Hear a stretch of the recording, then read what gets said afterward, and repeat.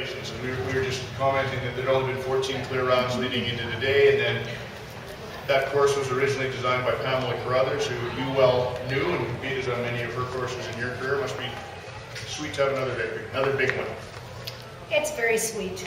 It's very sweet. I have a very good horse that I've had for about 8 months now. And I had never done a derby with him, and I don't think he had ever done a derby before he came here the first week. And I made some mistakes that first week, but I left that derby feeling like I had a good chance for this week, because he really liked that job. He loves the natural obstacles. He's so brave. And I felt very lucky to be riding him today. You must have felt him improve and ready to go into the ring today for this derby then, right? Over the weeks? I felt very confident today. Yeah, the last derby we did the first week here, he jumped all of the natural jumps so easily, and throughout the tournament, I've been jumping him in the meter 50 and meter 60, so I knew the other fences I could make.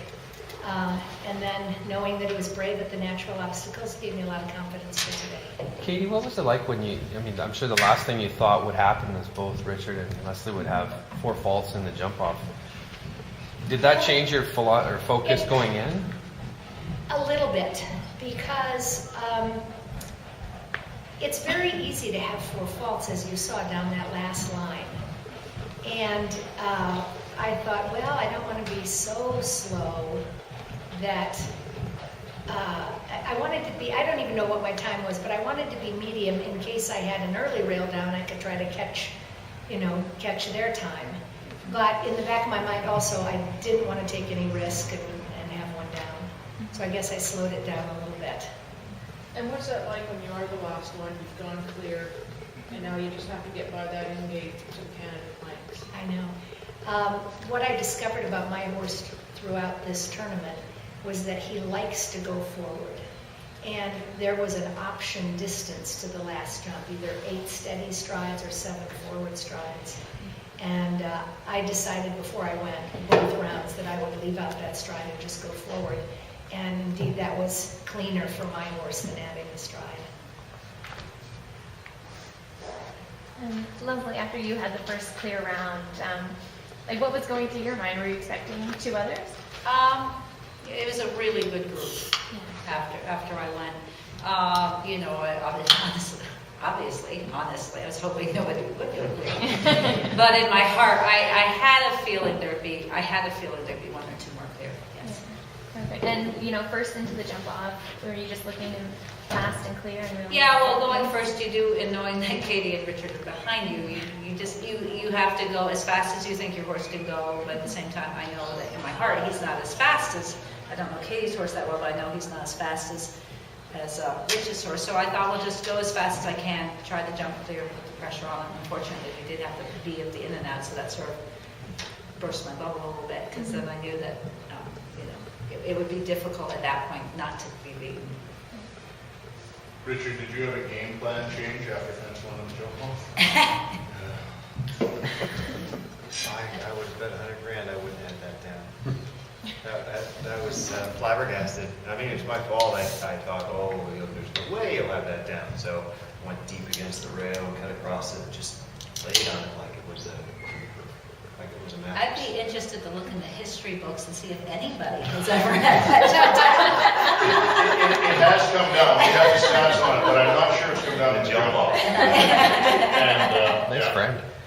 That was... Thanks, Richard, just trying to get in those history Yeah, books. side of the history. Well, once I had the rail, then all I wanted to do was beat Leslie. I knew at that point that there was nothing I could do about Katie, that she was going to be in the driver's seat. I wasn't going to try to go any faster than I thought she might be able to go. I was just going to try to beat Leslie, to try to guarantee second place in performance. And then if I got lucky and Katie's horse had a little fault, then I would probably go. And you had a good time, so that would have affected Katie's strategy a little bit on where do I do the speed, early or late? She had one, because I knew Katie's sharp, obviously, and if she has one early, I knew I thought that her strategy was correct, actually. She kind of taught me that strategy years ago. And so I knew what she was doing, so that she had a real early, she had a chance to actually beat my time still. I thought that was really smart, and watching her was really seeing someone, excellent rider and also an excellent thinker. Katie, where does this fit into all of your career accolades and everything you've accomplished? Well, now that I'm getting to be such an old bag, it's a great win for me. No, I mostly teach now. I have some great students, and some of my students are going to fantastic places, so I'm just trying to keep up with them a little bit, be able to keep riding. I was just going to ask you actually, what percentage, I guess, now of competition and coaching and training and that, how much of it is? Mostly coaching. I really just rode 2 horses this whole circuit, V and another young one owned by the same Mr. Smith. But mostly coaching, 80 to 90% coaching, 10% riding. But I think it's important to keep riding because I want to keep a sharp edge about my feeling for what my students are doing. Riding and winning. I'm trying to, yeah, exactly. And tell us just a little bit more about V came from Norway. He had been showing up to about 1.40 m level, and we bought him in August last year. And I loved his ability, but I've been struggling with his mouth because he's a very strong horse, very aggressive horse. And when he gets out on that derby field, he gets extra strong because he really wants to go. But I think his mouth has been getting better this whole circuit. It was great yesterday in the Queen Elizabeth Cup. I just had the last fence down. That was my fault for not steadying early enough. But I think he's a very talented horse. He's extremely careful and extremely brave. And so I've got to train him to be the rest. Didn't Adam scout that horse for you? Didn't he? Did that? Adam's found most of our horses. Yes, he has, my son. I have a question because both V and Cristallo jumped yesterday. You felt you had plenty of horse today? Plenty. Yeah. He looks like he did. Cristallo was lunch for 45 minutes this morning, and so, yeah, he's still fresh. V actually stood still in the presentation line. That's the first time in history. I think finally after all those rounds he was like, Froze in June and cooked in July. Richard, has this been one of your best summer circuits here in all your years? Yeah, I'd say it's definitely been one of the best summers, and I couldn't have been any happier with Cristallo. Well, I could have been a little happier. No, I could have been any happier with Cristallo, and I have some nice young horses that I came home to train, and it was exciting to get to ride them as well in some of the backfields. So I really had a good time this year. So you're the guy we've seen out in the backfields. Not that far.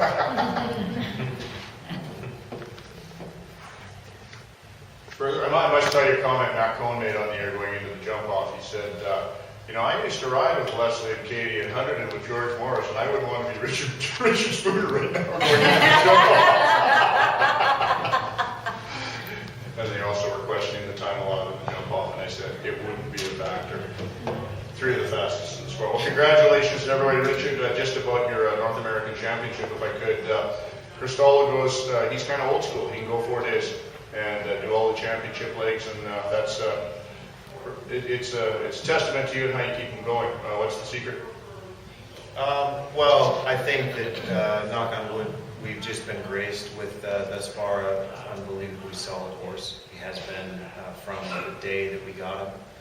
Tony Camarena, my groom, right from the beginning, when he came in the barn after 2 weeks, he said, he's like Robinson, he's solid, he's strong, and I take his opinion over any bet any day of the week, and he certainly was right. The horse has just been like the Energizer Bunny. And I don't know how he does it. He goes from show to show all over the world. He's going to go now back to Europe, and then to Brazil, and then back here, and then back to Europe. I mean, his schedule is absolutely daunting, but he's always fresh, and so I'm just lucky I've got him. And Lennox felt good today? Yeah, He looked great. Lennox was super. He's a funny little horse. He's always been good here, and this year, about 3 weeks before Old Salem, he's third and sixth in the first week Grand Prix, and he came up with a fat leg. So we ultrasounded, nothing torn, but nonetheless I had to rest him for 3 weeks before I came here. And he came here, and he was so off his game the first 3 weeks here. He just was a fish out of water. He did 2 strides in the Grob. Now this is of course won 2 of the derbies here, but we never got to school it at home, and I never jumped it big at home. I just carried through it a couple of times. But then last week he took a deep breath and started to come back, and it just is. It always amazes me, even with the old horses, how they have to stay a little bit like Cristallo. You have to know your horse, and they have to stay in their rhythm. You know, and that took him completely of not being able to. He didn't jump a jump for a whole month before he came here, close to a month. And he was just completely out of his rhythm. And even though he'd warm up well, he'd go in the ring and he just wasn't himself. And I think you can compare that to some human athletes too. You know, tennis players that take a long break, and it takes them a while to get back. Be game ready. Yeah, exactly. Further questions? Great. Congratulations to all of you. It was a memorable finale to it.